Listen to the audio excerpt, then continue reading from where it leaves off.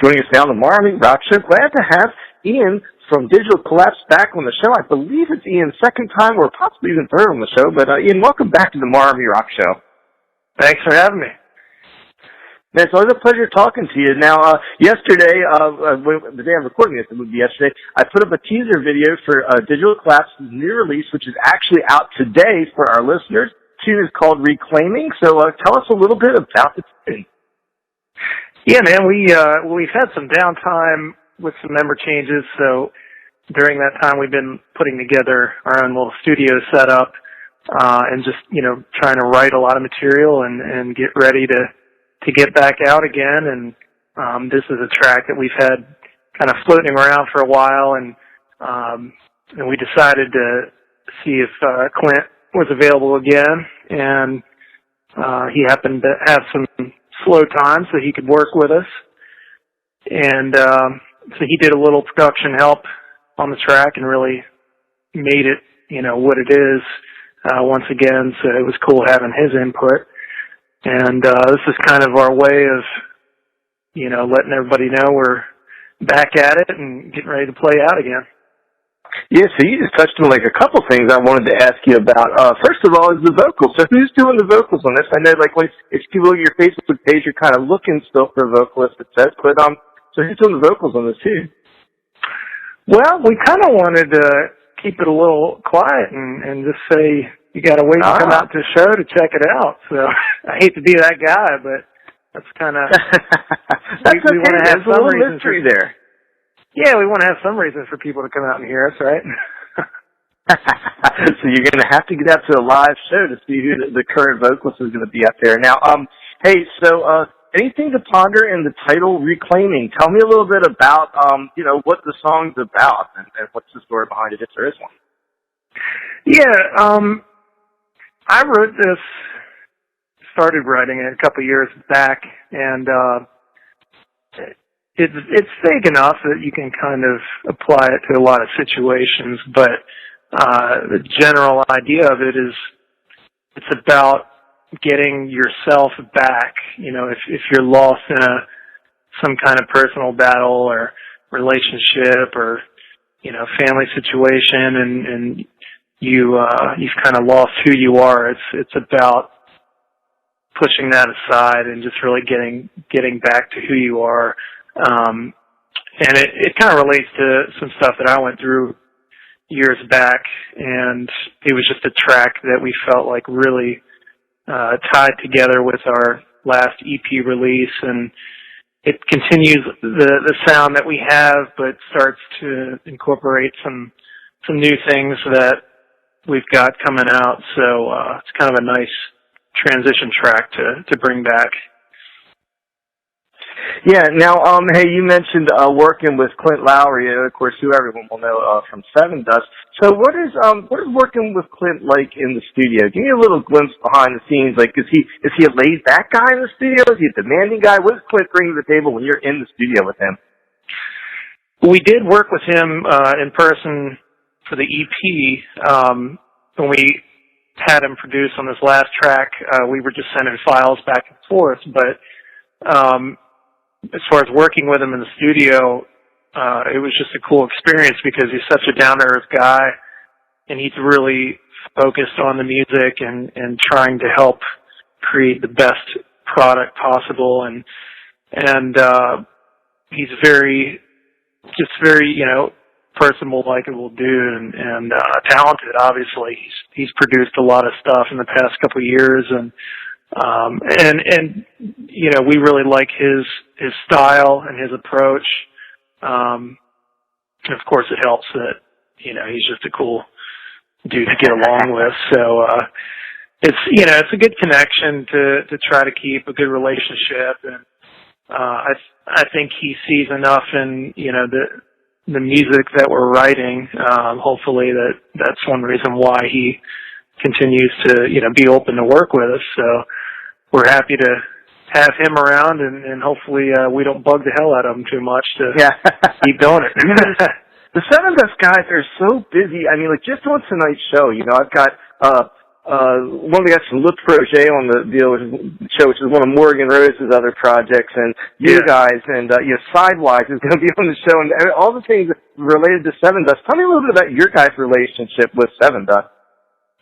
Well, it all started when we were writing the EP and getting ready to release, a full professional scale product, and we just happened to come across an advertisement from Architect Studios where we tracked and where Seven Dust has done the past couple releases, and they basically have Clint working at Architect, with Architect to bring in artists and use the studio and as the place to record and produce, and we just felt like that was that would be a really good opportunity for us as far as, stylistically it meshes well. And so it was something that we met up with the owner, George Roscoe. He's a great guy, and felt it out, and it just seemed like the right thing to do.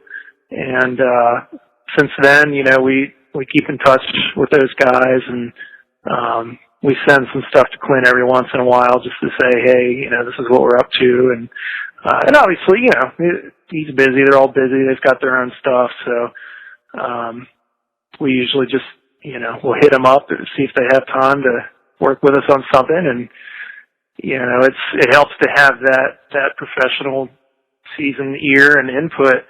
And we value that. So. Now, it looks like you guys are getting ready to do some tour dates, some of which I think you can tell people about, some of which I can't, which everybody will understand. So tell us what you can about some touring you're getting ready to do.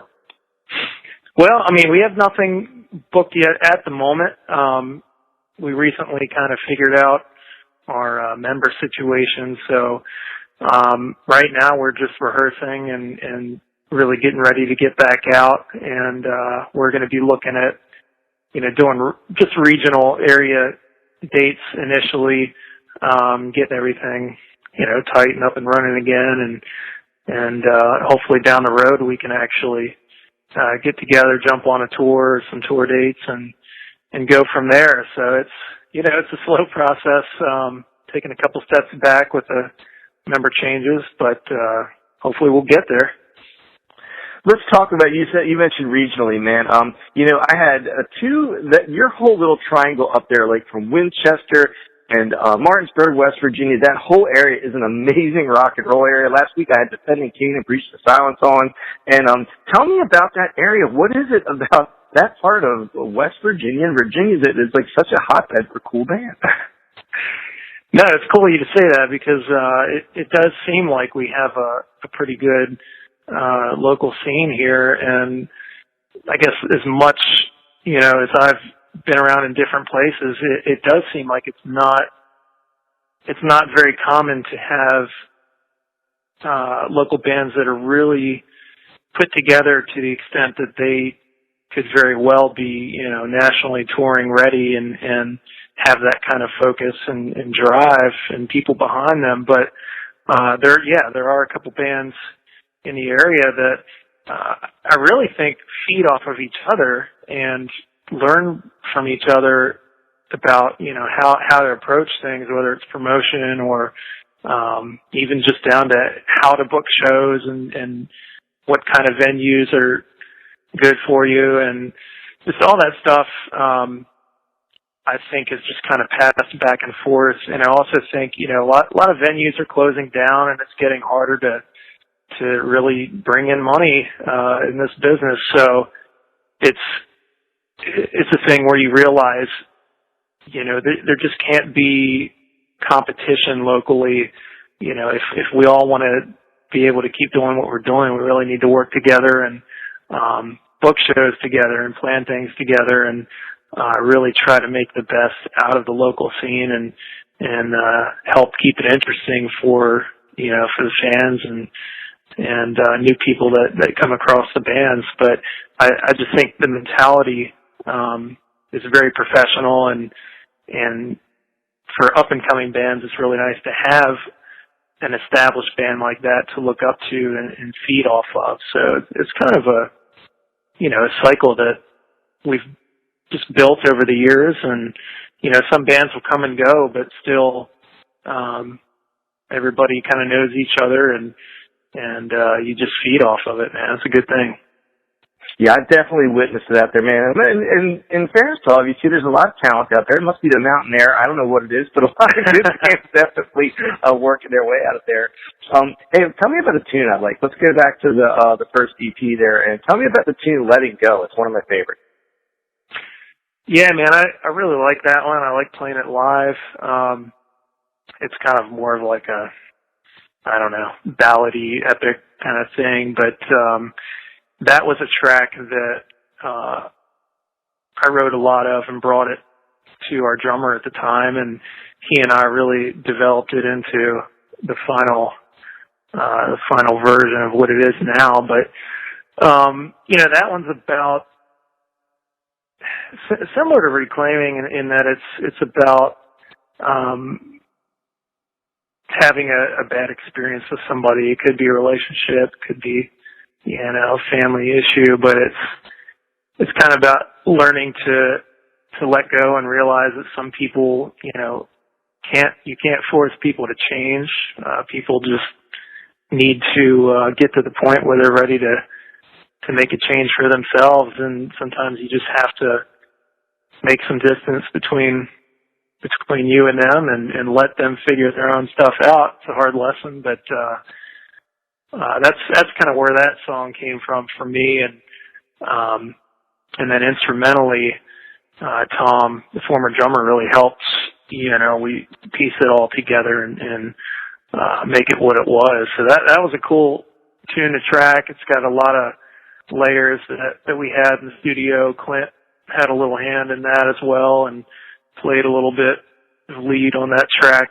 So that was a cool one. I enjoyed that one. Well, listen, man, it's good to talk to you again. This has been Ian Zuckerman from Digital Collapse. They are out of Virginia, Winchester, Virginia, and I'm really glad to have you back on the show. The new tune, Reclaiming, is out today. That's out on iTunes and all those other digital outlets. Go out and check that one out, and we're going to feature that one on the show today as well. So, Ian, good to talk to you again, man. Thanks so much for being on the show. Same to you, man. I really appreciate it, and hopefully we'll be talking again soon.